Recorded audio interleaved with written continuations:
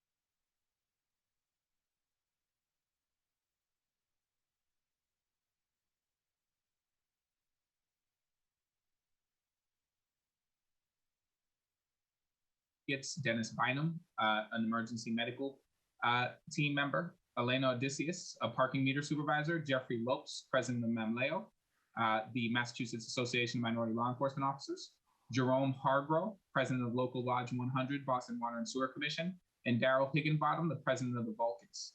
I will now turn it over to the sponsor of this docket, Councilor Julia Mejia, to be followed by Council President Flynn, then Councilor Louis-Jen, then Councilor Murphy in order of arrival. For their opening statements. And then because I know that we have a number of attendees here who are city workers and folks who are taking time off of work, I'm going to give the ones who are here already, because some of them will be showing up later, they'll go at the end.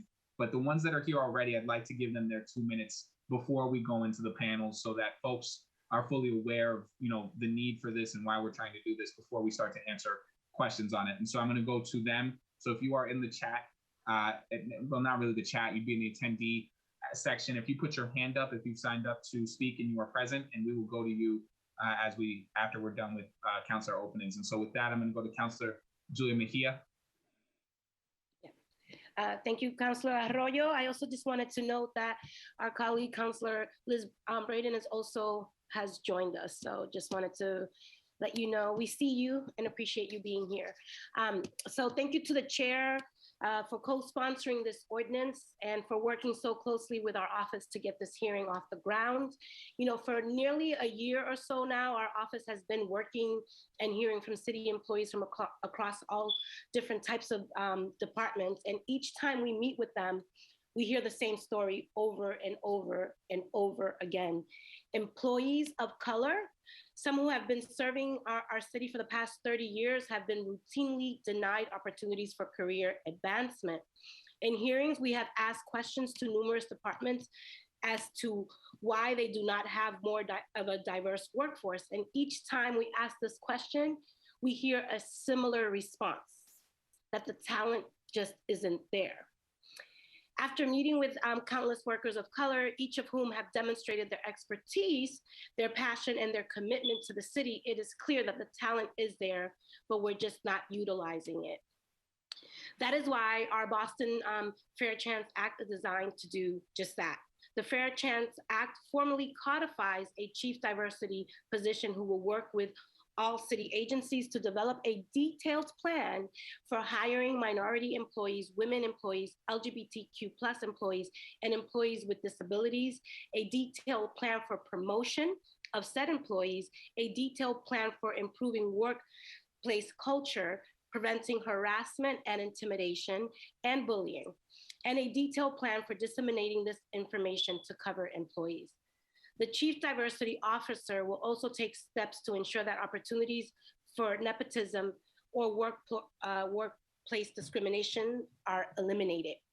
This is a moment for us to realize that the true talent that we have in our city and to level the playing field for employees who have been working hard to serve our city for decades.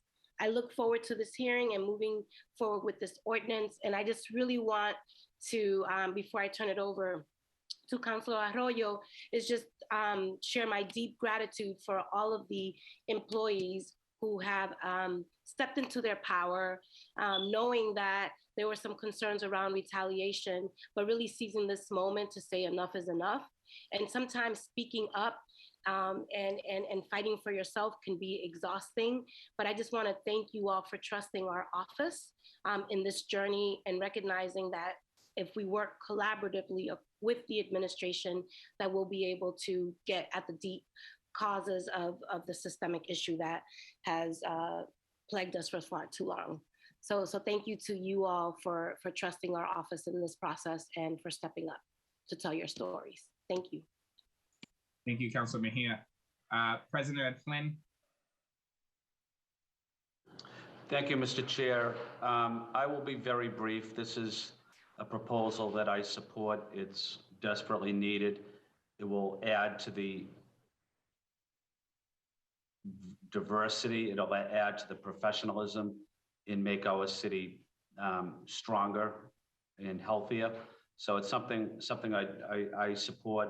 I'm glad we're working together, working closely with the mayor's office on this, and just want to highlight that I have the opportunity to have one of the most diverse staffs on the Boston City Council. And I only say that is there's a lot of great talent in this city, and it takes all of us to identify the talent, to bring that talent into City Hall and allow them to be decision makers as well. Allow these young people to be decision makers, get them into City Hall, and their experience is critical in moving our city forward. But again, I'm looking forward to hearing from the mayor's office, my colleagues, and in the public as well. Thank you, Mr. Chair. Thank you, President Flynn. Now we're going to go to Councilor Ruthie Louis-Jen, followed by Councilor Murphy. Thank you, Chair, for this ordinance. I also want to thank fellow colleague, City Councilor at Large Julia Mejia, for this ordinance, which is long overdue in addressing the issues of meritocracy and of promotion among our Boston City workers. We have, as a city, we have an obligation not only to ensure that hirings and promotions are merit-based, but also that they're equitable and representative of the diversity of our city. So many of the folks, especially including the panelists, have given so much of their career and their time to the city only to be jumped over for promotions, only to not be invested in their professional development. So I'm really excited that we're having this conversation, because when we're talking about the racial wealth gap, there are many factors to that. And a big part of it is employment as well. And salary parity, which often comes through advancement and avenues to continue on and be promoted. So thank you again. Looking forward to a lot of the panelists. I know there are good folks on like Terrence and other folks who are gonna, talk about their own experiences. So I appreciate you for taking the time out of a busy day to talk to us. Thank you. Thank you, Councilor Louis-Jen. Councilor Murphy, followed by Councilor Bach, followed by Councilor Lara, and then finally Councilor Braden. Thank you. So thank you, and thank you for holding this hearing. I'm looking forward to listening to the panelists and being part of this conversation, and definitely support making sure that we have pathways for not just entry-level employment, but advancement here in City Hall, but across the city. So an advocate for this and looking forward to the conversation. So thank you very much. Thank you. And we've been joined by Councilor Worrell. So it'll be Councilor Bach, followed by Councilor Lara. Thank you, Mr. Chair. I'm also here to listen today. Feel like the city is just such an important talent pool for the whole city of Boston, like not just in terms of the work that people do in City Hall, but also as a real engine of the middle class in the city. And so I think making sure that that's equitable and open is super important, and making sure that, all of the people who work on behalf of the city have the opportunity to really do the best work that they're able to and flourish, because then the whole city wins. And so grateful to all the departments for their work, and excited to hear the conversation today. Thanks to the sponsors. Thank you, Councilor Bach. And I just want to tell folks and the attendees who have signed up for public comment. If you would like to go at the beginning of the hearing, please raise your yellow hand. If you're willing and ready to wait till the end, then you don't have to do that. But if you are, there we go. I see people raise their hands, so folks are going. Councilor Lara, followed by Councilor Braden, followed by Councilor Rep. Thank you, Chair. I want to say thank you to Councilor Mejia and Councilor Arroyo for sponsoring this ordinance. When I worked at the Boston Public Health Commission, we were at the tail end of a 10-year process to shift our internal policies and practices to ensure that they were in alignment with racial justice values. And this came from an internal audit that gave us similar data to the one that we have here on City Hall in terms of inequities in promotions and pay scales. So one, I want to offer that this is doable, that we have proof of concept from other city government agencies on what it looks like to really put racial justice at the forefront, and to say that this is just the beginning of what will be a long process to ensure that not only the work that we do, but how we do our work inside of City Hall is in alignment with our values as a city. So I'm excited to hear from folks and ask questions during this hearing. Thank you. Thank you, Councilor Lara. Councilor Braden, followed by Councilor Worrell. Thank you so much, and thank you to the lead sponsors on this very, very important initiative, this ordinance.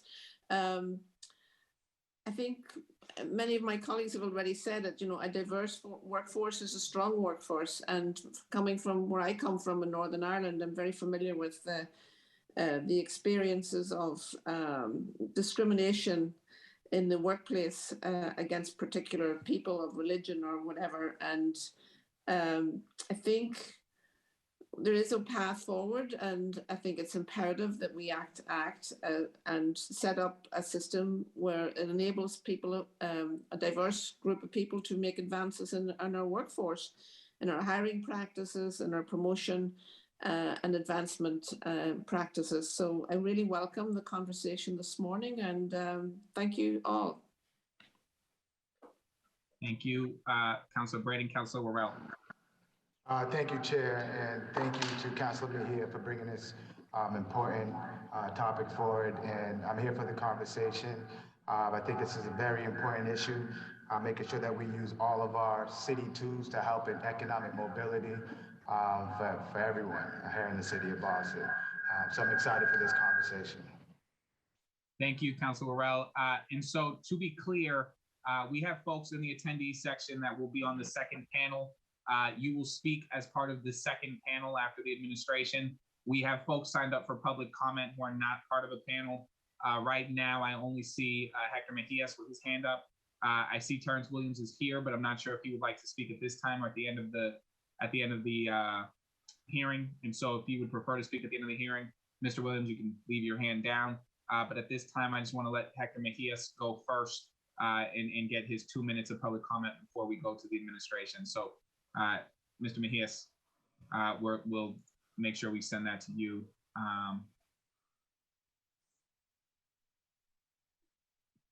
Councilor Arroyo, just wanted to also note that there are some, there's one in particular public written testimony that I would like to read, if that's possible, into the record.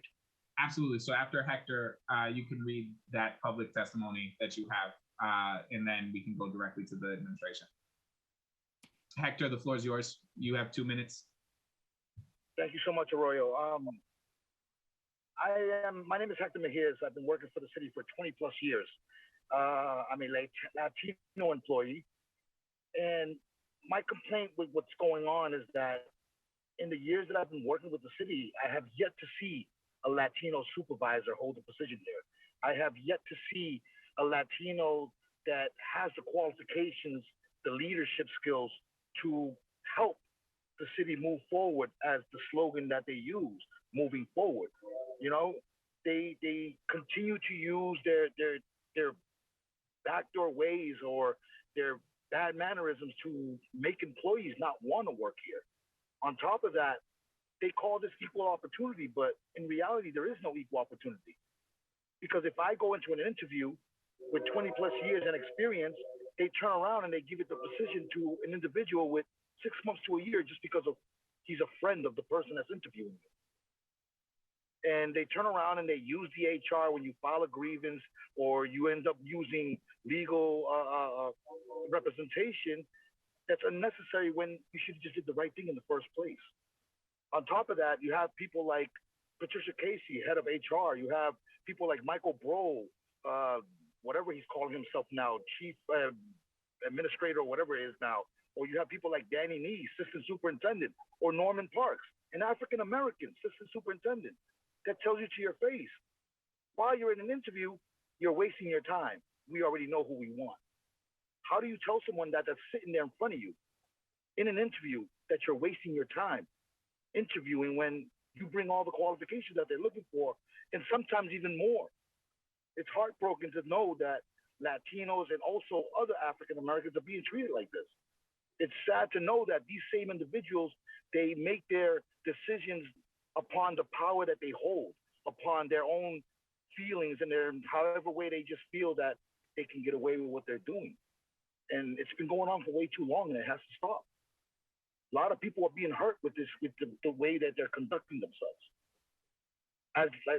For me, speaking for myself, I come to work and I walk on eggshells every day. I was threatened because they found out that I was going to be talking on this.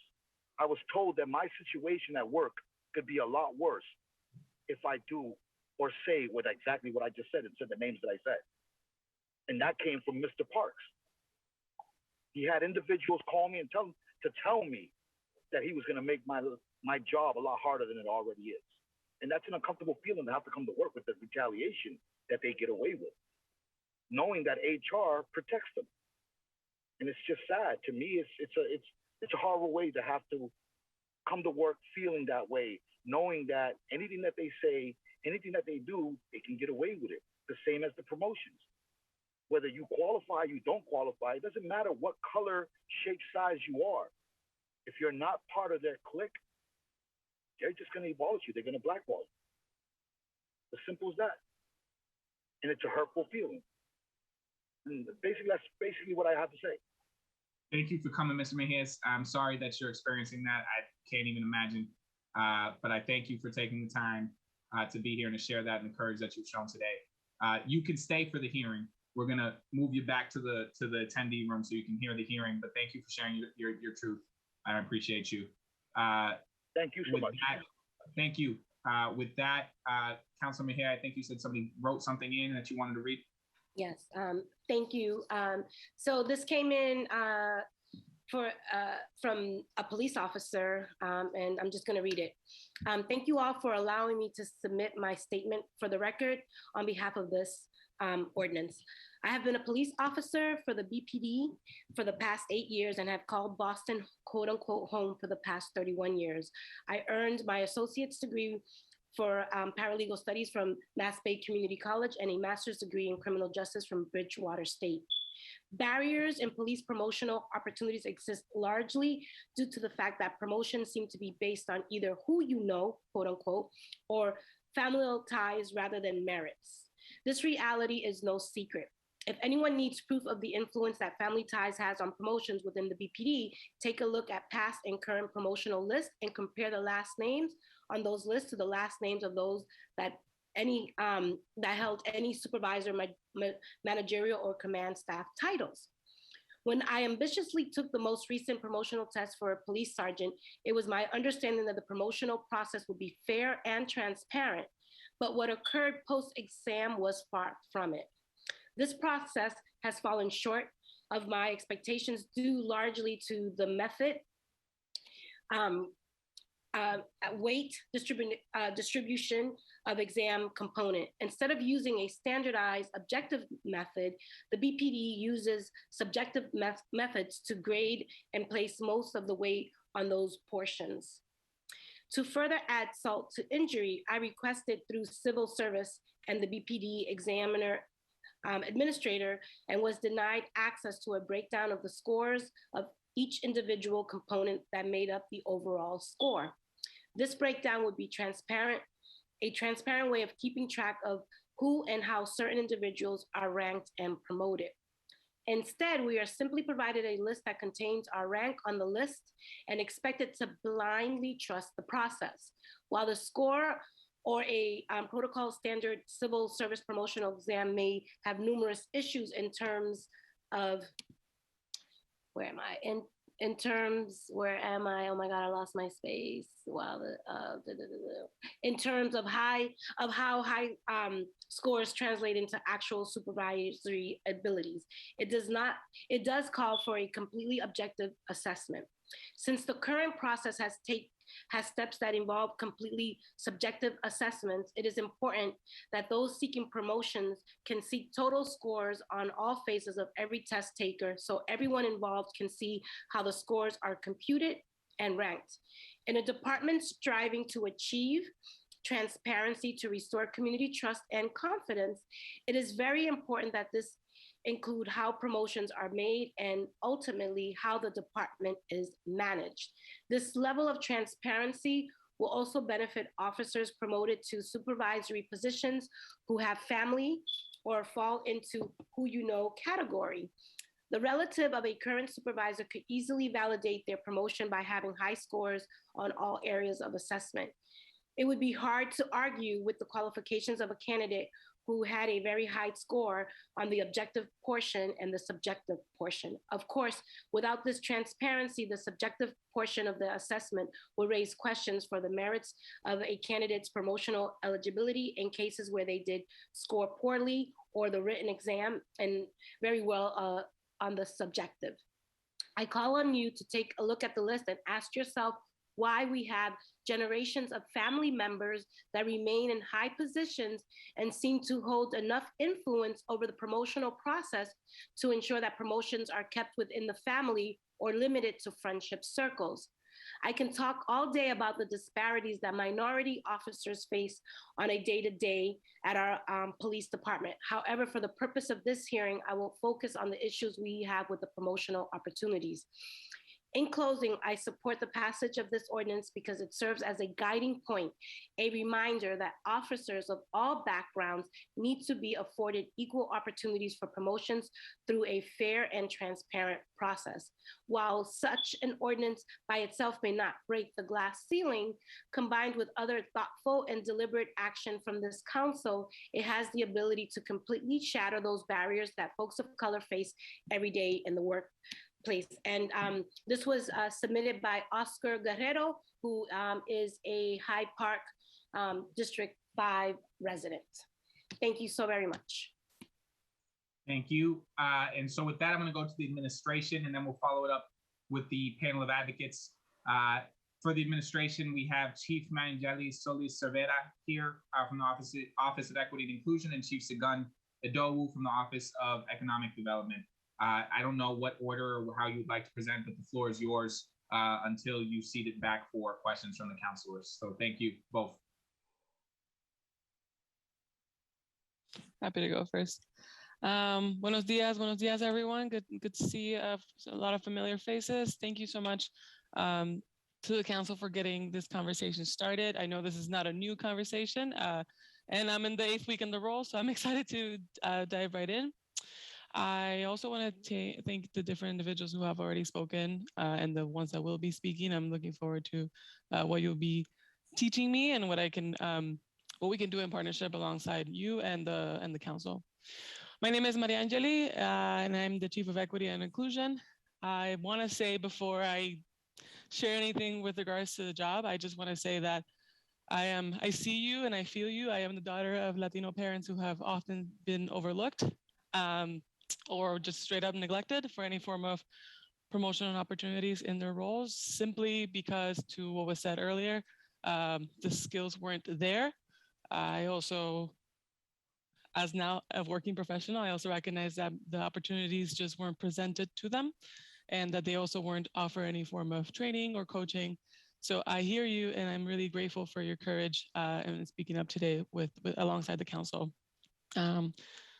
As for a little bit of context on the cabinet, the Equity and Inclusion Cabinet itself has only been running for about a year, given all the different transitions. We are now in the process of sort of just restructuring and building out a cabinet that is aligned to the mayor's vision, but more importantly, to what the constituents need. And so, you know, when we think about the mission of this cabinet, is really thinking about the opportunity gaps that we need to close and what are our responsibilities in every single department to ensure that we are doing that, whether that's hiring practices, standardizing our promotional processes, et cetera, to closing the racial wealth gap, which, you know, Chief Idawood can speak more on. This cabinet is really charged with the task of leading the charge of transforming city practices to make sure that we are speaking with and communicating with and working with our most marginalized communities. And so this conversation is very aligned to the work that we will be engaging with in this cabinet. I will offer, just for a little bit of context, this particular role that is being proposed today already exists, has existed for the last couple of years. However, one thing that we are going to be doing, and I hope to do this in partnership with you all, is to actually operationalize and structure that role so that it's embedded throughout city departments. And so looking forward to the conversation. I will answer as many questions as I can answer, but I'm in partnership with you all in building this out. Thank you. Thank you, Chief.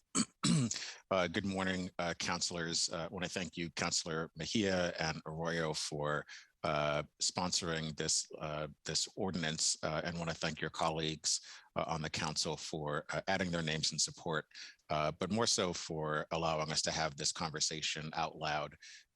Although I'm 2 months into my role as well, I'm not new to this conversation or to what's being shared. And it's always devastating to hear the stories like we heard earlier, and I know that we'll be hearing shortly after our remarks. But discrimination and retaliation that we're hearing about today is, of course, reprehensible and contrary to the work that all of us are working together to do, particularly as it relates to creating opportunities to build generational wealth, which is part of the vision of our cabinet in economic opportunity and inclusion. Councillor Bach actually mentioned earlier the importance of the path to the middle class. And I have to say that there were two ways that many people, many families found their way into the middle class. One was the GI Bill, and the other was work within their local or state government. We know that there are generations of families that have had opportunities to work in local and state government, to be promoted and excel within local and state government. And that's how their families have either made their way to or remained in the middle class or exceeded being in the middle class. And so one of the reasons that many people of color, many women are not able to break that barrier is because of the lack of opportunities, the lack of access to these opportunities. And so this is an important conversation, again, to have out loud. Many of these conversations happen in community spaces where all of us are around family and friends. They happen at the kitchen table. And so I want to thank the council for having this be an official conversation to talk about how we truly address this. Discrimination prevents all of our communities from being able to achieve their true potential. I think just by nature of this city council in its current iteration, with so many women and people of color on this council, it's already achieved many remarkable things simply because of all of the new perspectives and ideas and experiences that are represented here. Similarly, for my cabinet, which is one of the most diverse in the city, all of the work that we've been able to do is because of the experiences, ideas, and perspectives that are at the table. And so the same needs to be true across the city in every cabinet, every department, every unit, that we are advancing all those who are talented and have the ability and the skills and the desire to continue serving the city, like we see represented here today. So while I look forward to the questions that the council will ask, I'm more so, like all of you, I'm looking forward to hearing from members of the public to hear their testimony, and look forward to the working sessions where we can work together to address some of the questions that you'll raise today. So thank you all very much. I'm muted, so that's the first time we've done that today. But thank you both for that. I'm going to go in order of arrival, but starting with my original co-sponsor, Councilor Mejia. I will just say it would mean a lot to me as one of the folks here. I'm sure it would mean a lot to the folks if you are able to stay and listen to the advocate panel and the folks who are testifying today, and at some at personal risk to talk to you today. Councilor Mejia, if you can go first, followed by Ed Flynn, President Flynn, followed by Councilor Louis Jen, and then we'll go through the rest of the order. But the floor is yours, Councilor. Councilor Arroyo, I just wanted to be a little bit disruptive here really quick. And I'm curious if you'd be willing to allow the folks who are the second panel to go first and allow at least a few of those voices to be heard before we dive into questions, because I do believe that based on some of the things that we may hear, it might help inform some of the questions that my colleagues may have. And I did mention this to both of the chiefs here, that we would like to create some space for them to listen to some of these voices. And I'm curious if you and my colleagues would allow us to at least hear from a few of the panelists before. So let me ask really quickly, Chief Solicitera and Ado, are you amenable to? Do you have any time constraints?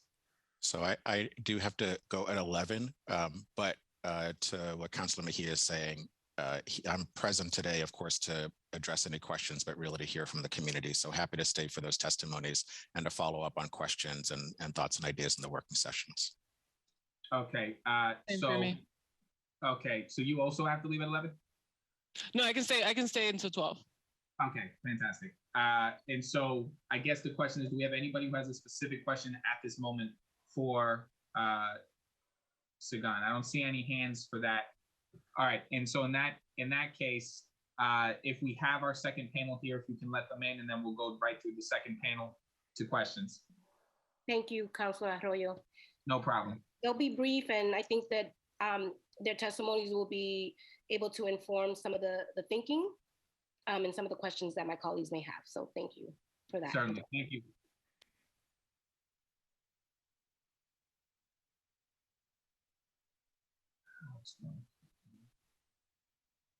Okay, so we're being joined by Jeffrey Lopes, the president of Mamleo, Jerome Hargrove, the president of Local Lodge 100, Boston Water and Sewer Commission, Daryl Hingenbottom, the president of the Vulcans, and I believe Dennis Bynum is present from EMTs. And so I'm gonna let you all go in an order here. I'm gonna start with Mr. Lopes, the president of Mamleo. If you're able to unmute and go, and then we'll go through there. Mr. Higginbottom, you'll be next, so you can prepare. Awesome. Am I good to go? Yes. Floor is yours. Okay, great. Thank you. So good morning, members of the Boston City Council. Special thanks to Councilor Arroyo and Councilor Mejia for being the sponsors of this bill. I thank you all for giving me this time to testify this morning on this very important issue. I'd like to also begin by emphasizing that I'm testifying today as president of Mamleo and not as a representative of the city of Boston. The question about what fair chances and opportunities mean for Black and Brown city employees has been around for decades. In fact, Mamleo was founded because fair practices and fair chances did not exist for those who did not identify as white.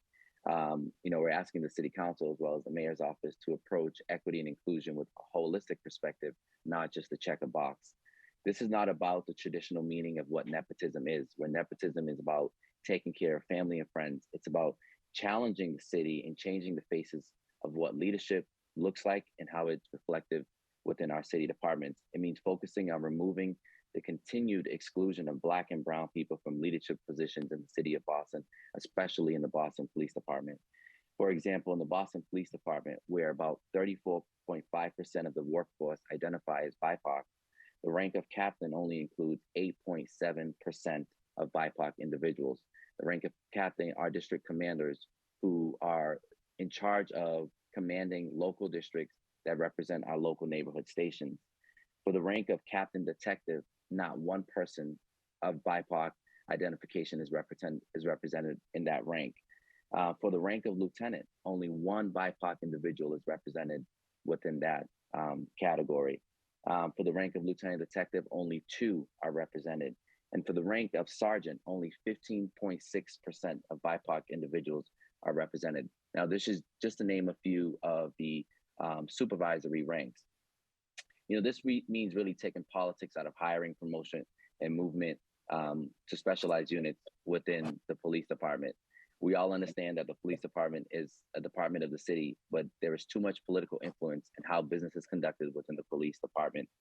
It means looking at the department's strengths and asking why our specialized units who engage the most with the community do not reflect the community, despite the city being a majority minority population.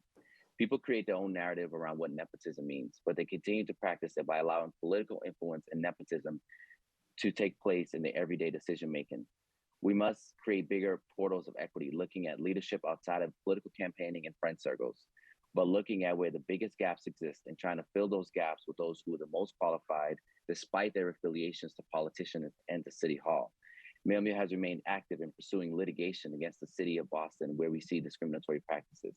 As mentioned in the ordinance, Mailmeal members have sued the city of Boston over unfair and discriminatory promotional testing practices, a lawsuit that our members won. Even after securing a victory, the city continued to fight, extending the time that those officers sought justice for those unfair practices. Very little has changed since then in the promotional testing process, and some of those same issues remain today. In fact, the department's strengths reflect that we have a serious disparity when it comes to superior officer ranks. Promotions remain to be done by seniority when promotional bands are reached, despite the disparities in the department's ability to promote members of color and women representation. Mailmeal members have sued as a result of a discriminatory drug test, a lawsuit that was won. Despite winning that suit, there are members who were wrongfully terminated, who have not received their settlement, and the city continues to fight this and has not reached an agreement with Mailmeal and those officers that sued the city. This is a legal battle that took over a decade, and members are still waiting for the city to do the right thing. We continue to highlight the disparities that exist in discipline and challenge the city to look into discipline practices as members of color in the city of Boston Police Department continue to be disproportionately disciplined. I came into government because I have a concept and lived experience to make change focused on creating portals of equity. We need true advancement for people of color, not putting temporary fixes on permanent problems. We must continue to garnish allies in the space to make changes that will impact the generations to come. Every time it appears that we are making progress, we are quickly reminded that the progress is only temporary, depending on who the leadership is. We have city cabinet level positions and city departments that are looking into diversity, equity, and inclusion. However, organizations such as Mailmeal have never heard from these organizations. We've never had conversations with these organizations. Despite lawsuits that have been filed, despite case law and precedent that has been filed, none of these organizations care about our issues. It oftentimes appears that the police department operates differently than the city of Boston, when we are a core component of the city of Boston and should reflect the city of Boston, and our issues should be taken into consideration. As president of Mailmeal, I really urge the city council to really look into these issues. We now have the most diverse city council, and we ask you all to take these issues seriously that have not been traditionally taken seriously. Thank you for giving me time to speak today. Thank you, Mr. Lopes. Mr. Higginbottom, or it's Dr. Lopes I see there, so thank you, Dr. Lopes. Mr. Higginbottom, the floor is yours. How you doing? My name is Darryl Higginbottom. I'm the president of the Boston Society of Vulcans. We represent Black and brown firefighters. I was born and raised in Boston, currently reside in Mattapan. I've been on the department since '98, and just like Dr. Lope said, I'm representing the views of the Boston Society of Vulcans and not the fire department. I'm also a captain on the fire department in Hyde Park. Thank you to the city council, especially Councilor Mejia for inviting us, and Councilor Arroyo for sponsoring the bill. And I look forward to working with the council on these matters and future matters. The Boston Vulcans were established in 1969 for the same reasons as Mailmeal: recruitment, retention, promotion of Black and brown firefighters. We represent veterans, non-veterans, women, men. Our organization is diverse. We are part of the original groups to fight for hiring equity in the Boston Fire Department, with the Boston NAACP, the Lawyers for Civil Rights, which helped establish the consent decree. And that's what the city was mandated to hire 1 for 1, a non-minority for a minority. In 2003, so I identified who we are, and I like to identify the problem, and then I like to go into a few solutions. The history is that 2003, the court-ordered consent decree was ended. Black and brown at that point consisted of about 40+%, close to parity with the city of the fire department. Now we're down to about 28%. The city is still increasing 50+% of people of color. According to the 2021 BFD demographics, there's 1,470 sworn personnel, 72% are white, 19% Black, 8% Latinx, 1% Asian. And sadly, 1% are women. That's 18 out of 1,470. In 2018, we found that 90% of the new hires were white men. And since the end of the court-ordered consent decree, the Black and brown communities are losing significant economic opportunities. Public safety careers are some of the most well-paid. That translates to rank, and it's a quality of life. Average, so I'll just like to identify that the economic loss that we're seeing. 2021 City of Boston data, the average salary of firefighters, which is the first rank, is $157,000, right? And you translate that to the data of the demographics. In each rank, that increases incrementally. Lieutenant, $182,000, captain, $188,000, district chief, $228,000, deputy chief, $270,000. Economic loss. We addressed this council on the same problem well over a decade ago. I've sat in front of Councilor Yancey, Turner, Presley, Flaherty, and Yoon, just to name a few. And so this Fair Chance Act gives the ability to identify the problem with accurate demographics. It's even hard to get the demographic data from the department at times. We're still waiting on the most recent. The Fair Chance Act is important since it requires the Chief Diversity Officer to provide a quarterly and an annual report with details and figures documenting progress towards the diversity goals. Civil service preferences create unintended consequences that limit diversity. Of course, we've heard all of the reasons why the city of Boston lags in progressive hiring policies, and there's a lack of transparency in hiring, which I heard in the letter from the police officer earlier. So outside of just identifying the problems, the Boston Vulcans, we have worked with several agencies, especially the Lawyers for Civil Rights, to identify solutions to the problems. It must be intentional, right? So we can't just hope that things happen. It must be intentional. In 2017, the Metropolitan Area Planning Council, their report identified Boston's struggles with job disparity and noted in the Ordinance for Boston Fair Chance Act the same reason. The report also noted that disparity in jobs, income is reduced with specific policy changes, such as state laws, city laws, ordinances, policies. So in 2011, myself and the past president, Captain Rayshawn Johnson, we testified on behalf of the city, which is the former Commissioner Frazier, to advocate for language preference. This is one of the solutions that we identified within the current civil service law that can be used. And the first time the BFD ever used that policy after winning at the civil service level. The Human Resource Division argued that veterans' preference and language preference should be used to complement one another. It's not a dichotomy. It doesn't have to be either or. You can have both. This language preference policy has a direct effect on increasing the number of several groups like Asians, Haitian Creole, Cape Verdeans, and Spanish speakers. When I came on the department in 1998, there was one Asian man in the department. Now there's 16 plus men and women due to such policies that were implemented and advocated for on behalf of the Vulcans. And I'm proud to say that the Vulcans' work transcends gender, race, and color. In 2017, we met with the city, Commissioner Finn and Mayor Walsh, and the city agreed to use this language preference certification in all classes moving forward. And thanks to the Lawyers for Civil Rights and their advocacy with the Vulcans We also advocated for increased residency preference and mainly the cadet program, which is low-hanging fruit for the city council right now and Mayor Wu's administration. The Vulcan's participation in hiring process and administration of this cadet program is essential. The cadet program should be budgeted and implemented in 2022. It was passed in December of 2020. A year from now, if we're having that conversation, that means a class of cadets who must serve for 2 years could have been graduated and implemented into the workforce, as long as we do nothing. The solutions fall within the realm of civil service. We advocated for change, the law that was used as a crutch for the lack of diversity. And I'd like to give a special thanks to Representative China Tyler, who pushed the bill at the State House. And the rest is on the City Council and Mayor Wu's administration to budget and implement the cadet program. The Women's Decree in 1996 mandated that for one similar to Boston Police. Governor Baker and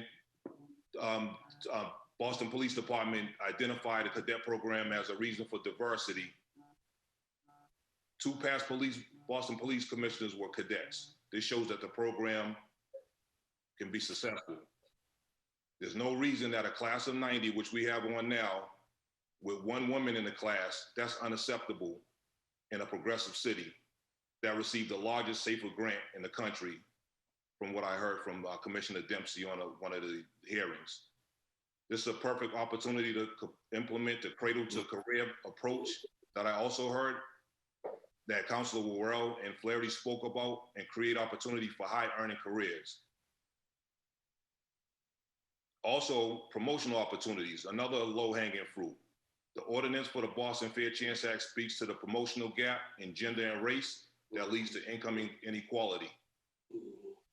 At the district chief level, we have 4 Black and 2 Latinx out of 59.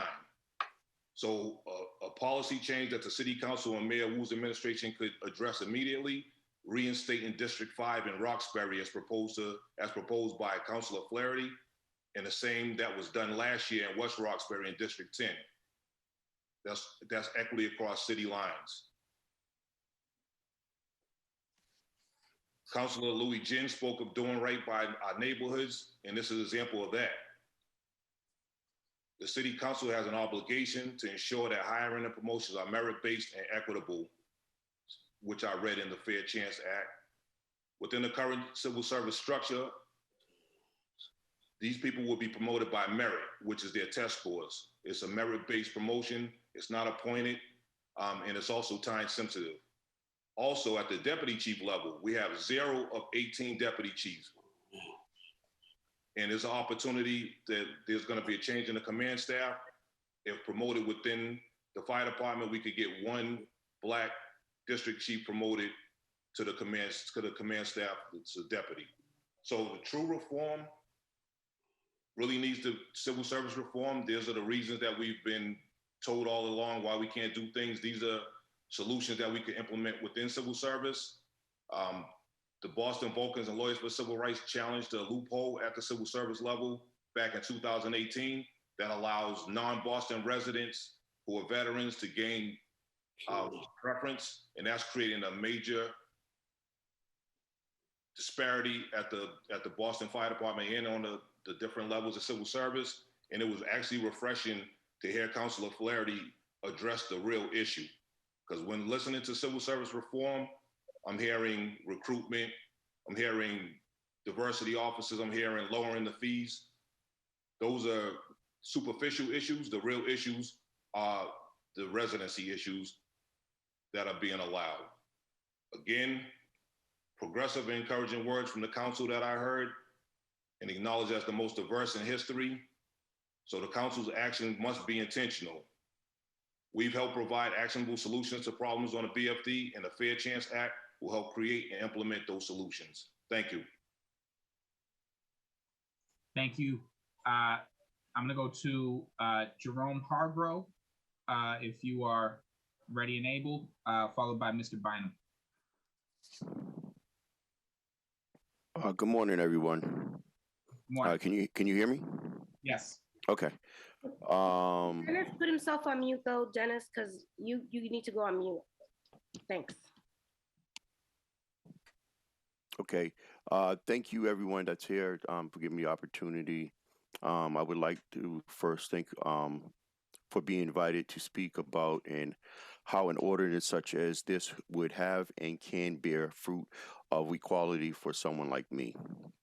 Being a Black man born and raised in the city of Boston from the 60s to present time, I found the education system has not and continues not to provide strong economic support system for Black and brown children. It has been and unfortunately continues to be independent men and women in our families, communities, places of worship, organizations, programs, workplaces, unions, and yes, even politicians like yourselves who put forth guidance and legislation that helps to benefit someone like me. Me being the oldest male of my family, born with a heart defect to a single parent household that had 5 total in it, 1 girl, 4 boys, I watched my mother struggle to raise us properly and to make sure that we had skill sets that would take us further than she could go. My mother placed us in the MECO school program because she thought education somewhere else other than Boston may give us an edge to strive for excellence in our lives. I am a college graduate. I am a husband, father, mentor, homeowner, and leader. I also have been fortunate to have some workplace people who took the time to nurture what they saw in me. And I truly believe none of my successes would have been possible if it was not for individuals or current legislation to protect my rights as a citizen of Boston, Mass, USA. But sadly, many today are not able to have the opportunities that have been afforded me. I tell you these things so that you will understand that someone like me can and will, when given the opportunity to speak truth to power as an ambassador of change by assisting and making good changes in lots of people's lives.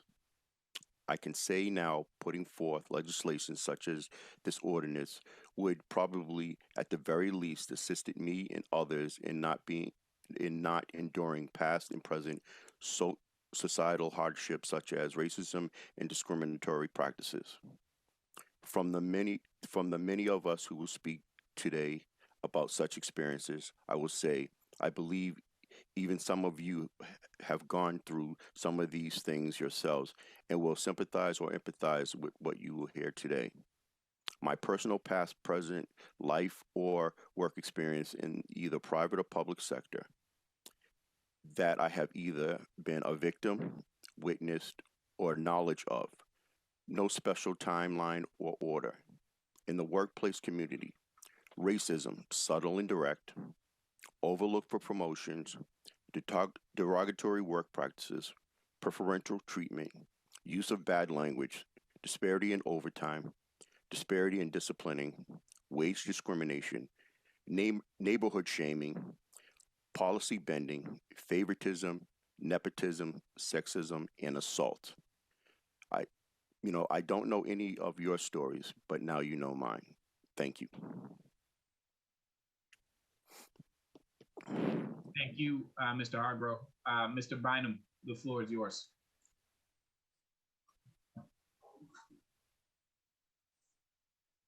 You're muted.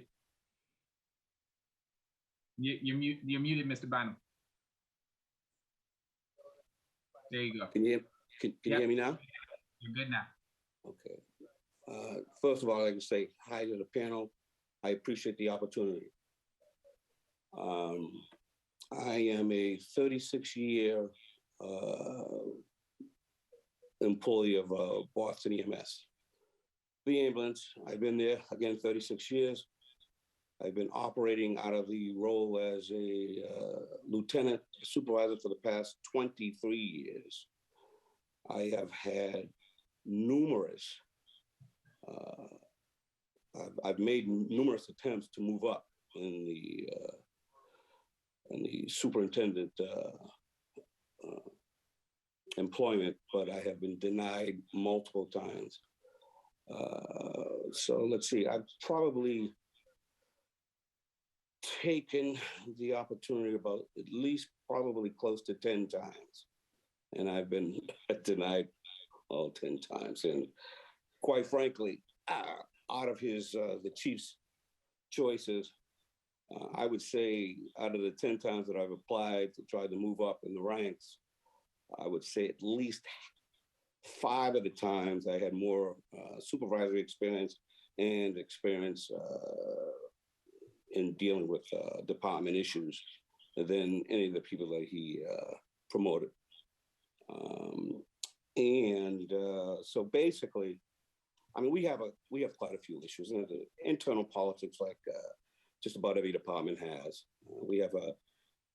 We've had issues, and we still do have issues in terms of equity and equality, particularly in terms of hiring. We have horrible issues in terms of promotions. I've made light of it. I've made actually quite a bit of stink about it in the last promotional hiring. The chief and I get along very well, but he knows I am a stickler for accountability, particularly when you're a manager and when you're running a department. I am a stickler for diversity. One of the biggest problems that we have in this country now is the lack of diversity. That's what's killing us, this country. And until every department and everybody realizes that as a whole, we're going to work better together than being apart. And I'm just going to give you some brief numbers. And this is how long I've been involved in this process. And this goes back probably a little bit before 2015-ish or so, that I wrote to Mayor Walsh. I got him involved to try to get him involved. I've written to the interim Mayor Janey in terms of my position and in terms of the issues that we have within the department to try and get the city involved. This is essentially exactly where you guys need to be involved in, to make sure that we have better ways in trying to manage these issues. I mean, these are some core issues that the city really needs to be addressing, and I'm glad to see there's some type of forum here where we can address those issues. So very quickly, this goes back quite a few years ago, about 2014-ish, 2015. And this is something I raised to the chief and to other people. The issue of department only being less than 25% minority. I mean, we had abysmal minority rate of about, I think it was 10% at some point or less than that. But at any rate, I gave them ways of how to try to go about handling these issues. And one of the things I mentioned is that it needs to be on every level, not just in terms of EMTs and paramedics coming into the department, but in terms of our superintendents, captains, deputies, and lieutenants. And these were the abysmal numbers then. But I made a stink, and these numbers have improved somewhat. So back in about 2014-ish or so, Boston City Mess had 13 superintendents, 2 of them which were Black, no Hispanics, no Asians. I had quite a few other issues that I had mentioned in terms of department issues that we needed to try and address. I'm not going to go into that because that's I don't think it's important right now. But I want to mention I am very professional, and I can be a little outspoken. But one of the things I pride myself on is being professional and being able to talk to anybody, regardless. And my constant talking to the chief in terms of diversity, we now have out of our 13 superintendents, we now 5 of them are Black, 1 Latin female, and out of the 5 that are Black, we have 2 Black females, which is a lot better. We've improved, and I like to think that I had a lot to do with that because I was on the case. In terms of our captains, though, we can certainly do better. We have 8 captains. We have 1 Black female and 1 Asian male out of the 8. And out of our lieutenants, we have 14. 3 Black males, 4 Latin individuals, and 2 of them are women. So we've gotten better, but we can certainly do better as we go on. There were a whole lot of issues in terms of where we are in the department, where we're going to go. But I will say this. I really do think that the city needs to be a lot more involved, particularly EMS, and well, I shouldn't say that, in all of in police, fire, and EMS, because we have a lot of issues. And listen, I like our chief. Our chief is great. However, it's probably time for him to go. He's been in there 14 years too long. Those types of positions are 3 to 5 year positions. And the problem with somebody like him who's been in there a long time is you become complacent, and it becomes about your agenda, not about the agenda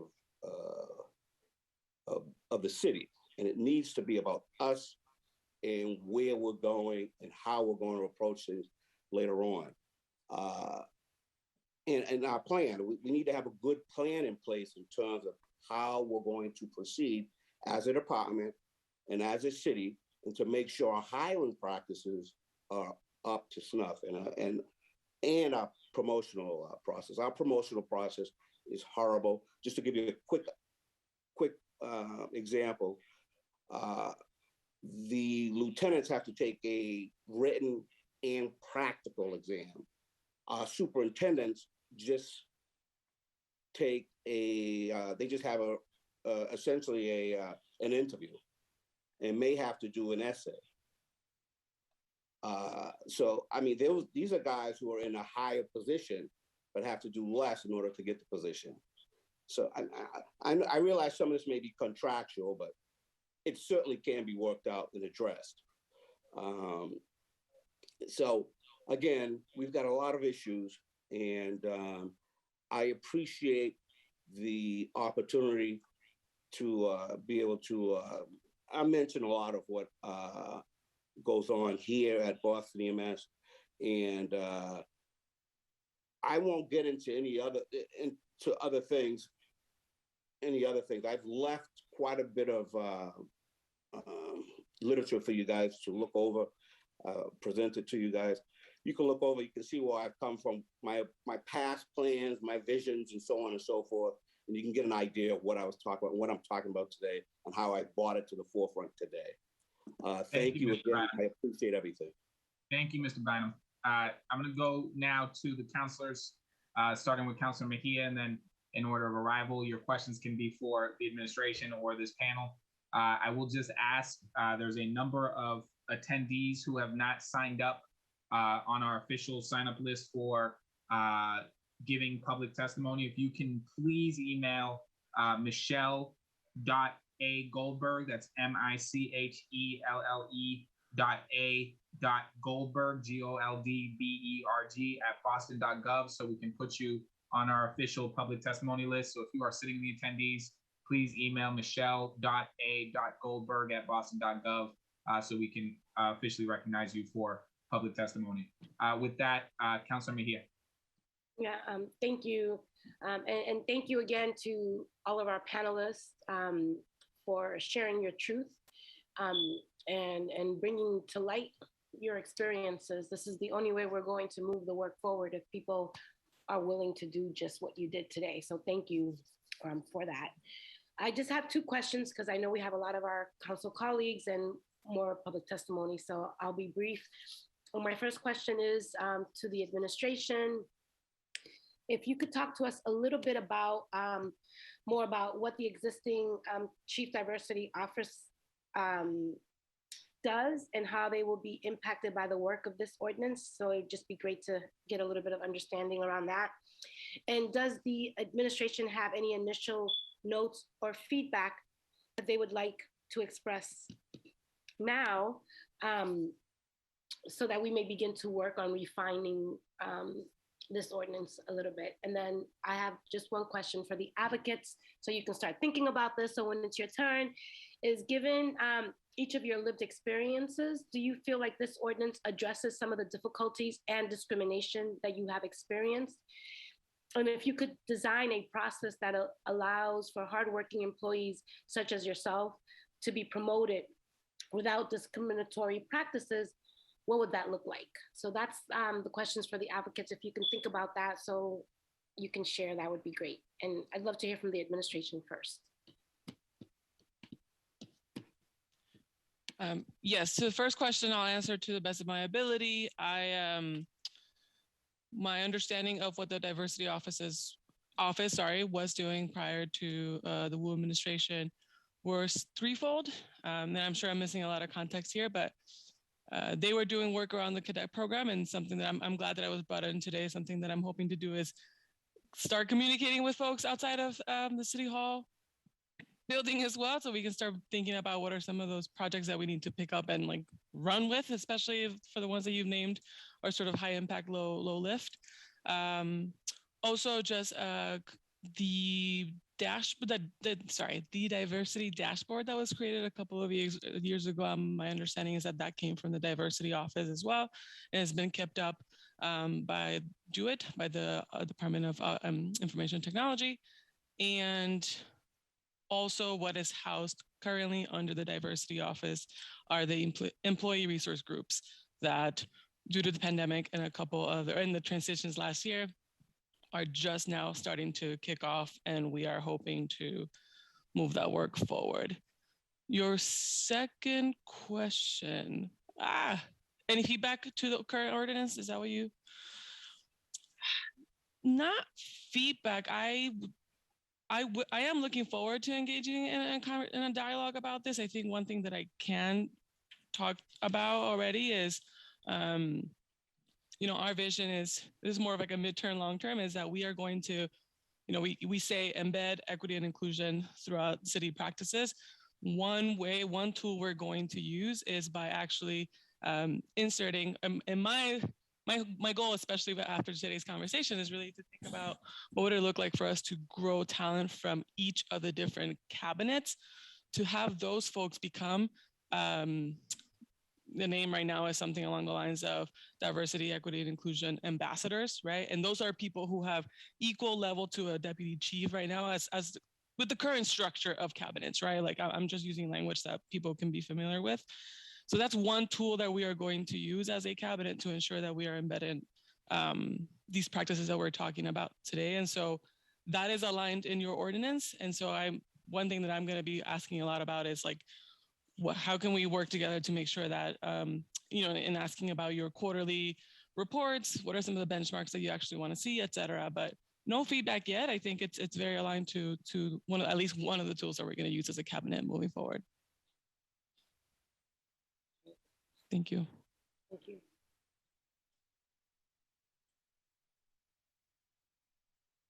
Councilor Arroyo, you want me to call on the other folks? Now, are you done with your questions? No, I have the questions for the advocates that I asked them to think about, and they were going to be called on next. So yeah, no, you literally, this time is to ask the advocates and the administration. So we're not going to do two separate question and answer sessions. If you Yeah, so I asked the advocates the question, so it's just a matter of calling on them. So yeah, so who specifically are you at? I thought your question was to all of the advocates and they can raise their hand on it if they want to answer it. But if you have a specific person in mind for each question, I can call on them. Well, why don't we go then? If I'm going to have to call people out, I'll Dr. Lopes. if you could give me some thoughts around, what you're thinking about the way the ordinance is written. Does it address some of the difficulties and discrimination that you and your colleagues have experienced? And if you could design a process that allows for hardworking employees such as yourself to be promoted without discriminatory practices, what would that look like? Would just love to get some feedback from some of the advocates. Yeah, so I'm very appreciative of the ordinance, and I think the ordinance does touch on a lot of very important issues that we need to address. I think we just have to look at holistically how we work together, right? The ordinance doesn't really talk about how we really come together as a collective to address some of these issues. And it oftentimes appears that everyone is operating on different silos. And I want to appreciate you, Councilor Mejia, for your leadership, because you recently brought all of the different departments together to have a conversation. And all of our respective departments are going through the same exact issues in terms of diversity, equity, inclusion. And that's what we're not talking about. Everyone's operating on their own little silos and having these conversations independently. But how does City Hall make sure that we're all having those conversations as a multidisciplinary team to address them as a collective versus an independent conversation? So that's what I'd like to see more out of the bill, is how do we come together as a city, as a whole city, and not independently as respective departments. In terms of promotional opportunities, I'd really like us to really go back and look at in the Boston Police Department, our promotions are historically have been done based on exams, but those exams do not determine whether or not you get promoted. They have assessment centers and education and experience and all those other additional components that add additional points to exams. What we fail to realize is that oftentimes there's double dipping in terms of access to points, or there's other opportunities that oftentimes people of color don't even know about until we take the exam, that you could get additional points from A, B, C, and D. One of the things that I propose to the civil service is really looking at New York civil service law. New York civil service law only allows veteran preference to be used either upon hiring or upon promotional. Because what we've seen is while we want to make sure that veterans get preference, the other preference categories do not get additional points on promotional practice exams. So while the veterans will get points to join the profession and also get points to promote, the other preferences that people receive when they get on a job, such as language preference, cadet preference, those are not factored into your promotional opportunities. So it appears that in certain categories, people are getting preference on hiring as well as on promotion, while others only will get maybe preference upon hiring, but not on promotion. So we really have to go back to the drawing board to say, well, if these gaps exist, and it appears that overwhelmingly veterans seem to be the people that are excelling, then what are some other categories that we can also advance to make sure that they get equal access to these opportunities? So I think we just have to take a step back and look at these processes to figure out how we make sure that our promotion opportunities are equitable and that everyone's getting a fair shot at our advancement practices.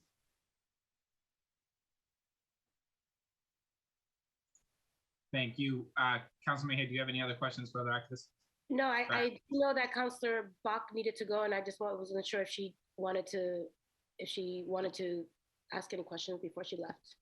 She already left. Then I'm good. I'm not going to ask any more questions and hog up the space. Give my colleagues an opportunity. Thank you. Thank you. President Ed Flynn, followed by Councilor Louis Jen. Thank you, Mr. Chair. And it was the opportunity over the weekend to see Dr. Lopes at the memorial service for Superintendent Celester over Morning Star Baptist Church. It was good to see him in other police officers as well. So I guess my question to Dr. Lopes, and want to thank Mamleo for the important work that they do. And I know you highlighted what other cities are doing, such as New York, in terms of recruiting, retaining, promoting police officers. But are there any other unique ways that we're able to consider promoting officers that other cities might be doing something that we might want to look at, we might want to study, we might want to include? Just want to see what your thoughts might be. Certainly, we don't have all the answers here in Boston, but it's also important to look around to see what other what other people are doing, and that might be a way for us to at least study a couple options. Absolutely, and I'd like to begin by thanking you, Council President, for your leadership, but also for for stopping by the services of the retired Deputy Celeste, who was a founding member of MAMLEO, and I thank you for your leadership, as well as your father, Mayor Flynn, for his leadership in advancing diversity, equity, inclusion issues here for the Boston Police Department. I think that we have to look at, again, we create language lists to recruit more people of color who speak different languages to represent the city of Boston. Maybe that's something that we do for promotional practice as well, looking at identifying different diversity categories that we really need to hire to meet our strengths and our goals within the police department, and creating separate lists to say, hey, we need these categories need to be filled. That's something that will have to be done through civil service. So similar to our recruitment practices, where we could certify language lists or lists for other categories, I think that's something we could do. And I think the police departments have done that. I'm not sure how that works, but I believe that's something that would have to be done through civil service. I just think that the exam process overwhelmingly should be looked into. There's, within the police department, there's a lack of professional development. And so oftentimes people who go take these exams are not prepared to take the exams because they don't know the process. And then you have people who have generational legacies within the police department who overwhelmingly do better because their families have that experience. So before they even walk in the door to take the exam, they already know what to expect when they walk in the door. So we could do better as a city at providing professional development around promotional opportunities for police candidates. And then, there's a lot of subjectivity that comes into the assessment process. And those are the things that we have to look at. Sometimes, depending on your zip code or what section of the city you live in, people seem to, favor you over other people. But also, like I mentioned earlier, when we're promoting, the police promotional process is done in banding. So depending on the score you get, if everyone gets the same score, they're lumped together in one score group. And the commissioner, at his or her discretion, can promote based on that entire score group. Now, oftentimes that's been done based on seniority. However, those who, once you get your score, seniority's already been factored into your score. So if we know we lack in the diversity space, why aren't we promoting based on the diversity categories, as well as women? Women, we see significant disparity within women in supervisory ranks. So oftentimes when we get to those bands, the commissioner or his or her designee has the ability to promote anyone within those score groups. And it would be good to see them try to meet their department strengths around diversity by promoting the BIPOC individuals and women first within a score group. That would really give us an upper hand in terms of promotional within the police department. Thank you, Dr. Lopes. And I guess I have one final question. And again, Dr. Lopes, wanted to ask you, I have the opportunity, like my colleagues, to talk to the command staff of the Boston Police Department. Certainly the command staff is a diversified group of men and women.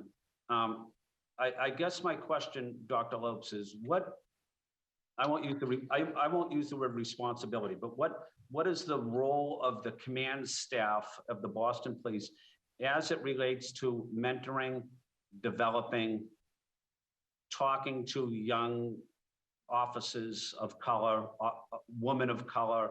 Is there something formal set up, or is it informal where it's you see them on the street in passing? But is there a formal mentorship type of program or professional development type of program? Unfortunately, there isn't. Unfortunately, there's zero commitment to mentorship from the top. And what you will see is there are a few members of the command staff who go out of their way to mentor officers and to speak to officers and to engage with officers. But there are a great bulk of the command staff that have zero interest in even saying hello to an officer. And so there's a culture within the BPD where there seems to be this command structure where, oftentimes those of us who they consider at the bottom are not even respected. You walk into a room with members of the command staff or members of different superior officer groups, and they won't even say hello to you. So they're not going to mentor you as well. Now, if you come from a family where they have history within the police department, you have different generations that have been through the police department, you're going to get that mentorship because your relative knew your other relative, or you grew up in Hyde Park, or you grew up in Dorchester, you grew up in West Roxbury, depending on the pocket of the city that you're from, you're going to get that ability to gain that mentorship. But unfortunately, mentorship is non-existent in the Boston Police Department. I have to commend, there are certain leaders on the command staff who have really gone out of their way to speak to officers, to mentor officers, to make sure that they have information that's crucial to their advancement. But it's not, it's overwhelmingly has not been a culture where they've cared about a mentorship, nor have they cared about professional development. And that's not all of them, but unfortunately, that just doesn't exist. And unfortunately, when we look at it, it's not, the diversity categories are not represented in that mentorship if it's happening. Well, thank you. I don't have any further questions. Maybe I'll just end with a quick comment. Maybe going forward, we have a search, an ongoing search of a Boston Police Commissioner. Maybe part of this discussion should also be the role of the command staff in educating officers about the job, about training, about education, about development. I had the opportunity to serve in the military 25 years. And so I'm familiar with that type of environment. But so I was promoted many times, but when you're in that type of environment, it's not about you, it's the people underneath you, making sure that my job was to make sure that they had the training, education, experience, so that they could get advanced, so that they can get it promoted. It wasn't about me getting promoted. It was about the younger people underneath me getting promoted. So maybe we have to continue working on that type of message more in a formal way. Maybe I'm thinking outside of the box, but those are just my personal opinions, and maybe they're helpful, maybe they're not. But I figured I'd add that. But Mr. Chair, thank you for this important hearing. Thank you, President Flynn. Councilor Louis Jen. Thank you, Chair, and thank you to all the panelists. I don't really have questions. I think Councilor Mejia asked one of my questions. I think this ordinance is great in terms of shining a light on the transparency needed throughout the hiring and promotion process, especially to get at things like the subjectivity that Dr. Lopes talked about through the process. I think sunlight can be the best disinfectant here when it comes to practices that are based and rooted in nepotism and favoritism. I also look forward to more conversations about our preference system and about how we make our preference system align more with our values in terms of promoting and making sure that our diverse workforce can get promoted in the doors and promoted, especially our Boston residents and BIPOC residents. So just thank you to all the panelists for giving time, and I look forward to further conversations. Thank you, Councilor Louis Jen. Councilor Murphy. Yeah, thank you. Thank you everyone for testifying. And I really learned from listening to your stories. And my big takeaway, it's not really a question, but is if we're waiting for the time when the employee wants to apply for a promotion, we've kind of missed the opportunity. We shouldn't wait till then. So making sure as people are hired into all of the different city departments, that we're giving them support from the beginning so that there isn't a question about if that professional development was there, if they were prepared for whatever test is in place. I know through, like many of you may know, that Lego Boston organization, their mission is to start supporting, Latino candidates to applying into law enforcement, because that came out of seeing, like, we don't see people that look like us in, the upper levels of the police force. So, they support, people coming in. And I love that, they're out there on Saturday, making sure they're passing the physical exam. And then as they're on the police force, making sure that they're not missing those opportunities to sign up for classes or, apply for different promotions when they're available. So making sure that all of that across all of our departments is very available and acceptable to all of our employees is important. But thank you for sharing your stories, and I just look forward to supporting this and continuing this conversation. So thank you. Thank you, Councilor Murphy. Councilor Lara, the floor is yours. Thank you, Chair. I want to say first that it's really disheartening to see so many first responders on this first panel. I think that when the public scrutinizes their department's treatment of people of color, they often have to stand in support of said departments, sometimes in fear of retaliation, while also watching those same discriminatory practices play out internally. And so, it's not lost on me how difficult that must be to navigate. It's really evident that we have both a structural and cultural issue within our city departments, and we have a collective responsibility, not just as a city council, but as all of us, to correct both of them. And I know that today we're really here to talk about a structural fix. It's becoming obvious to me that the level of discretion that's afforded to supervisors when making decisions about who gets promoted is allowing for this inequity to persist. I think the reason why implementing policies is so important is because they, to some level, reduce opportunities for our own biases to spill into our work.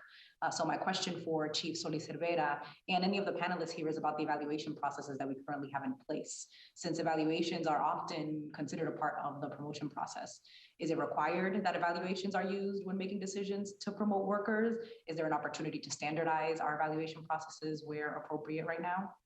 I would just, if there's any information that you have about that, those considerations in that process, I would love to hear about it. Yeah, I'm happy to start there, and I will do a lot more digging in as I keep building relationships with HR, et cetera. But short answer is maybe. It is a very decentralized model. The human resource space here is very decentralized. It's department by department, and it's very responsive to sort of like the current leadership and management style of every department. So just for what I'm controlling right now, which is sort of just like how my cabinet is moving forward, we will be engaging in a standardized model of just hiring practices that are talking about implicit biases, because we all have them. And so how do we make sure that we are inserting certain structures in there to make sure that we're checking ourselves too as we're going through these processes. But I will check in more to see what initiatives have been attempted in the past. But no, it is a very decentralized model. And so there isn't a standardized way of evaluations.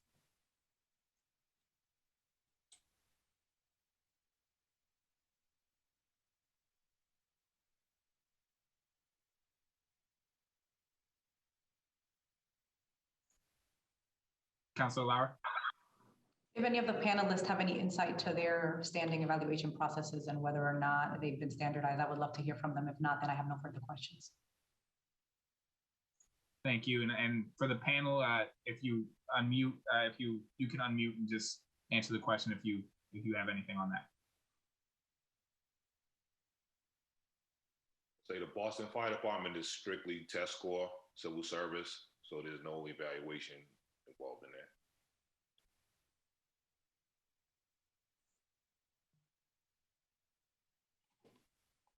Mr. Bynum. Hi. So basically the same. We do test scores, and they are, what do you call it? They take an essay in terms of promotions. I do want to make a comment though. It was mentioned how we go about to try and make things better. First of all, the forum is certainly a start. But I think in terms of access, in terms of eyes on the promotional process and the hiring practices as a city, I mean, it's been known that we've had issues, and this is probably not just with this city, but throughout the country in terms of issues with hiring practices and the promotional aspects of people's employment, particularly with the city. The Good Old Boy Network has worked very well. I'm having that issue right now in terms of me not being promoted. The chief has promoted his best buddies of the department. These are issues that have been going on for years.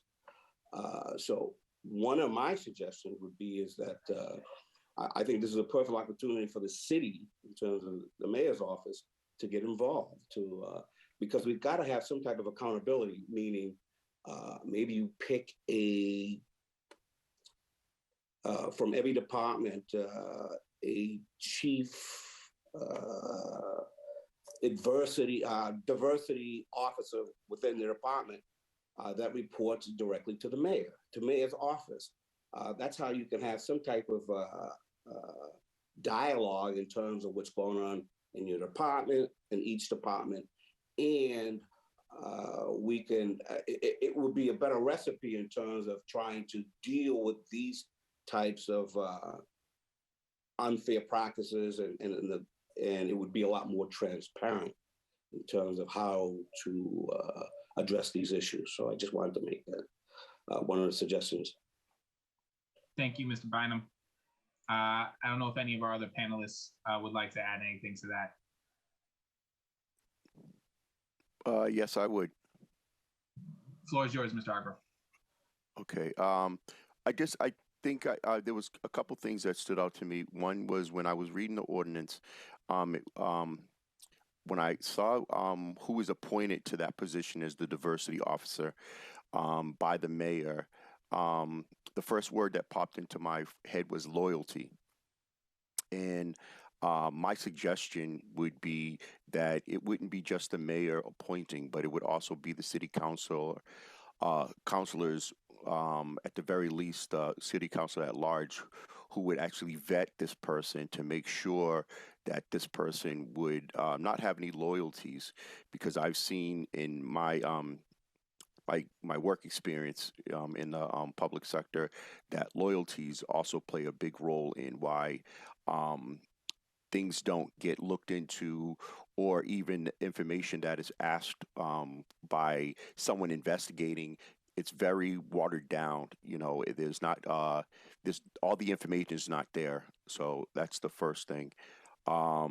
Second is,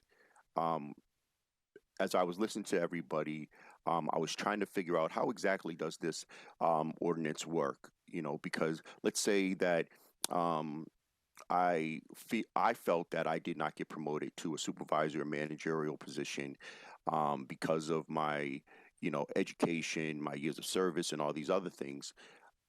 What is the process, or is there a process being developed for me to go through where I could have, I can go to the, I have a straight line to the diversity office. They could gather my information, and they can dig deep into why I was not promoted, or a bunch of us weren't promoted, or because we're having such, we don't have diversity in these supervisory or managerial areas. What is the process for that? If anybody on the panel could, or even be thinking about it, or do you guys already have a plan in place?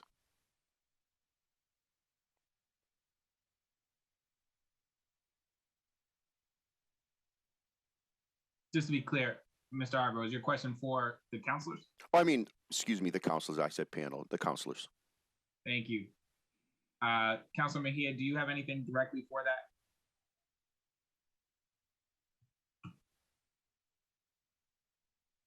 Am I on mute? Yeah, sorry about that. I think we have an opportunity during the working session, Jerome, to really kind of flesh out what this would look like in terms of an implementation. And that's where I believe not only will the language be solidified, but I think it's an opportunity for us to go back and forth with the administration in terms of how we will streamline this process. And I do believe that, you know, your point is well taken in regards to loyalty, that those who you appoint usually seem to be loyal to those who put them there, right? So I think that there is a level of trust that we have seen that has been broken time and time again. So I think that as we continue to move forward in this process, there needs to be a number of different layers that we are going to need to peel back on, so that we can make sure that once this gets codified into law, that these loopholes are addressed. And I think your point is well taken. And I think that the working session will provide us a platform to address that. And I do believe, Dennis, I really like your idea around, or I forget who it was, but having different folks from different departments serve as representatives from each of the different departments. I think that that's a really great way to kind of look at this in the working session in terms of like implementation. Because to Dr. Jeff's point earlier, we were really intentional about how we moved and even crafting up this ordinance, is that oftentimes everybody was having their own sidebar conversations, but what we decided to do was bring everybody together across all the different departments. And there, what we were able to discover was the through line, and that regardless of what department you were in, there were issues that everyone was experiencing. And I think that taking that framework with a diversity council advisory committee of sorts, I think you would have representation from each department to really look at each unique, and each department has its own unique set of challenges. And I think it's really important for us to think about that as we continue to move forward with this work. So the working session will give us, the platform to do just that. Thank you, Councilor Mejia. And I would just say the ordinance is to build sort of a standardized system to prevent folks from being in a position where they have to file a grievance in the first place. But the actual ordinance does already require a grievance procedure. It does look at that. And I do think that in the working sessions, we can refine that and make that stronger. Mr. Hargrove. I also would like to ask, is there, as far as if there is found that there is any kind of misconduct or anything through any people that are in power and everything, is there also a process to of disciplining or sanctioning or anything like that? This is for the council, for those individuals, because even in my experience, it seems as if that the people that are in these positions to do these things, that there is no they don't suffer any consequences for their actions. If it is found that they may have done something inappropriate as far as their hiring practices or things that they have found to have done against someone who is doing any kind of complaining. So I don't know if that's part of any of the structure, or if anything that you guys are looking into, because it seems as if the workers, for the most part, do suffer the consequences of anything that their actions and everything, but anybody in power or anybody that's making these decisions, a lot of things are not done for it to stop or cease, or even make sure that they understand that whatever the behavior is, the behavior has to stop, and if it doesn't, these are the consequences that individual or individuals will suffer. Yeah, so I'll just answer that really briefly, and then go back to Councilor Lara if she has anything left, and then go to Councilor Laurel so that we can keep this on time. But basically, I'm not sure what our ability will be ultimately to do something like that with higher ups, with union contracts across a bunch of different divisions. I mean, we've already run into problems, for instance, on the council with officers who are under investigation, who've been under investigation, who've been found to do wrongdoing, who can't be fired for things like, we just had the situation in Hyde Park in my district with Roxbury Prep and the behavior there, and there was a firing and then a reinstatement. And that was for a bunch of other things unrelated to this. And so we know that unions have their own processes for discipline. Often that is set together and put together by the union contract in which they are under. I know many of these union contracts are up, and the discipline aspects of those contracts will be part of the negotiation process. Obviously, anybody who is engaging in the kinds of behaviors that we're talking about here, racism or nepotism or retaliation, should be frankly terminated, in my opinion, from these kinds of spaces. But I can't make you a promise that we'll be able to do that based on what we have with union contracts and the ways in which those sometimes tie our hands in terms of specific discipline across departments and how different things are handled in different departments. But I certainly can tell you that during our working sessions, we'll look at ways we can put language in a framework in place so that at least we have standardized language in this ordinance for city departments that don't fall under those kinds of contracts. And so hopefully that's helpful. I know that's not necessarily the answer that we all want, but that is how this works. These are different departments with different contracts, with different standards. And so where we can and how we can impact them, we will. And that's kind of what we got. Councilor Lara, the floor is yours. I have no further questions, Chair. Thank you. Thank you. Councilor Worrell, thank you for being patient. The floor is yours. Thank you to all the panels for advocating on behalf of promoting equity in each one of your departments and for all your advocacy around that. A lot of my questions have been asked, and I think as a city, we definitely need to make sure that we are invested in, professional development, the recruiting pipeline, and taking a deeper look at all the unfair practices when it comes to promotion. And to Dennis's point, I think he raises a good point that I like the idea of having, a position that is, and I'm not sure if this is possible, but, either overlooking that promotional process or being the position to help, guide whoever the decision maker is for that promotional process to, highlight those individuals on how to make the department more diverse.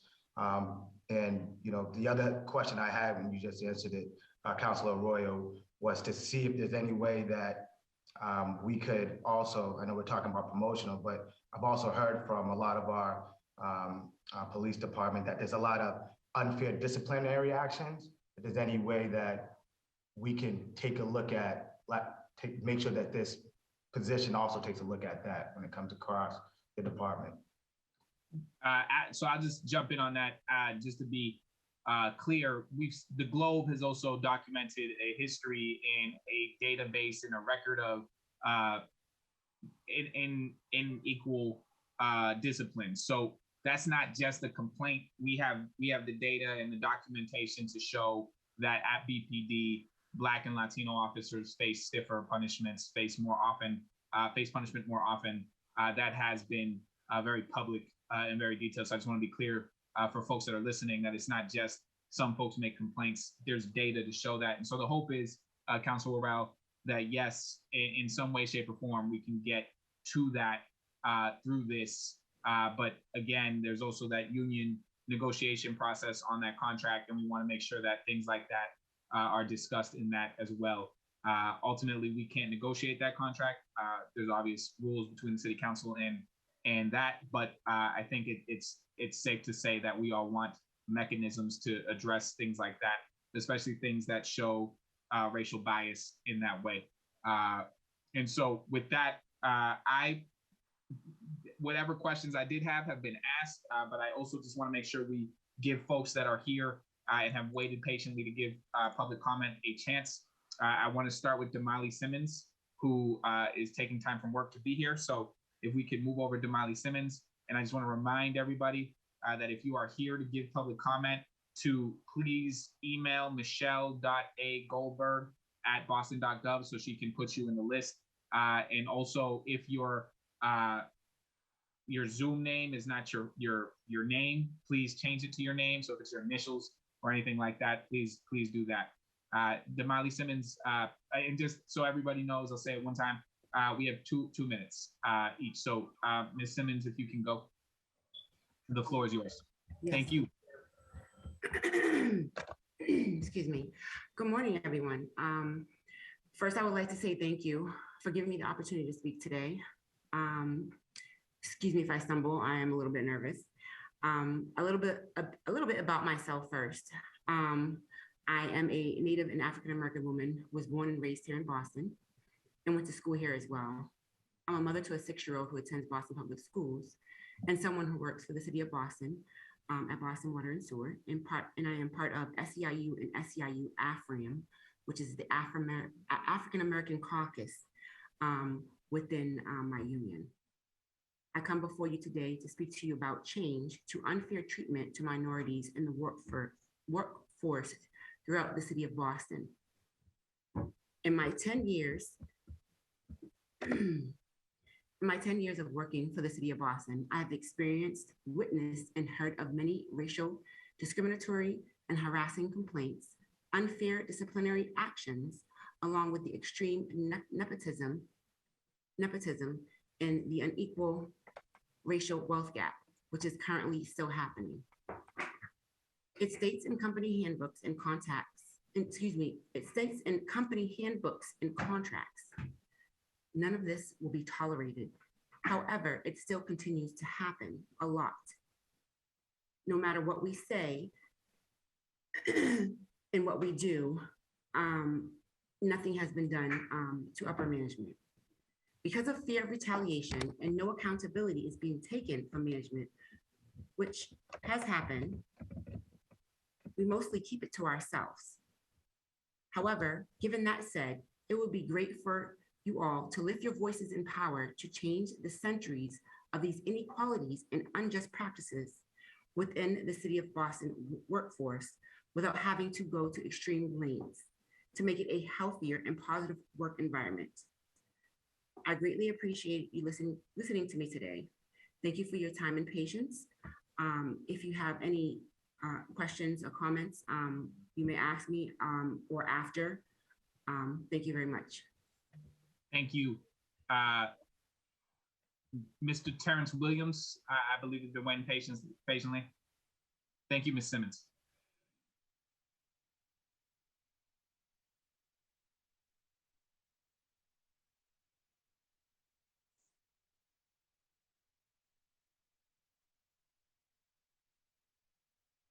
Hello? Yep, we can hear you, Mr. Williams. Yes. First, I just want to thank everybody.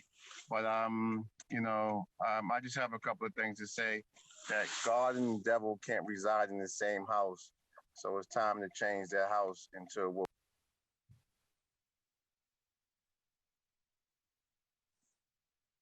Terrence, you went on mute. Which I would love to, but because my legal counsel have given me told me not to, I declined to speak. But I want to thank everybody for coming on and giving their testimony. Thank you, Mr. Williams. I believe next we have Roger Hamlet.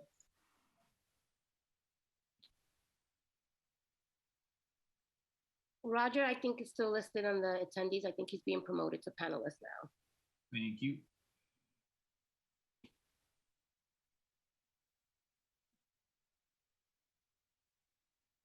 Good morning, everyone.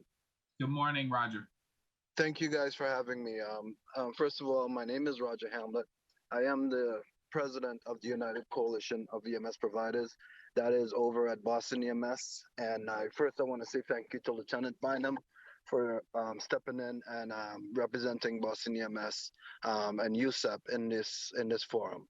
I work closely with Dr. Lopes and Daryl Higginbottom from the Vulcans, and we all created a very unique opportunity to work together with each other to force these equality and inclusion. And when I say forced equality and inclusion, I want to emphasize something. We are the only individuals within our department that is a voice to holding individuals accountable for equality and inclusion. And reason why I want that to be something that you guys hear is that we're employees of the city. We work for the mayor's office. We work for our communities, and we work for you guys.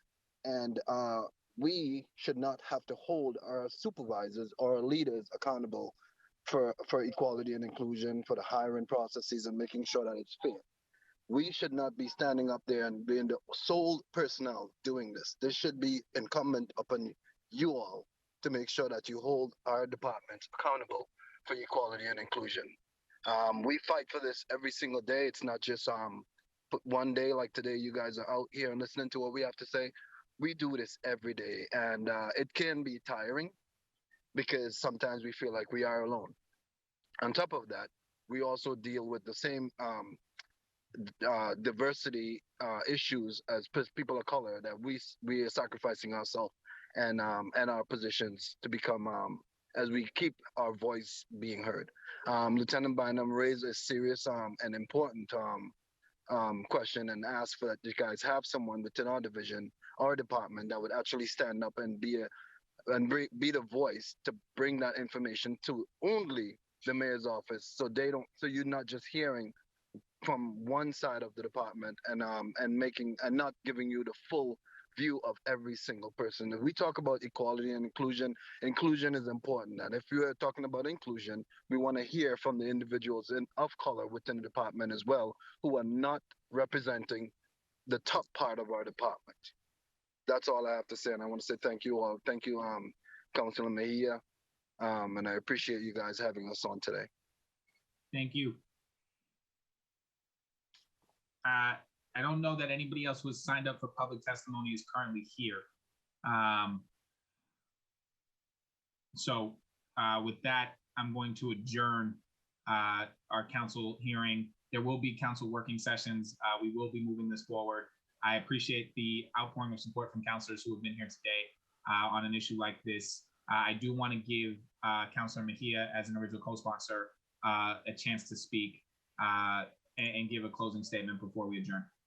You know, I just want to say thank you to my colleagues for not just being here, but being present, and for your thoughtful questions and really leaning into this conversation. Oftentimes, you know, these are the sort of things that we talk about in the water cooler back in the day when we were in person, but to bring it here and to put these things on the record, and the courage that it takes for people to do just that goes to show just the amount of work that needs to be done so that everyone can feel safe in speaking their truth. So just wanted to really thank everyone for not bringing this issue to the forefront, but for rallying around and supporting each other in this process. So thank you to all the panelists who have worked alongside our offices to bring it to this point. And I also just want to thank Chief for reaching out to us and also walking into the space ready to roll up your sleeves and to do this work. I always say that this is not hard work, this is heart work.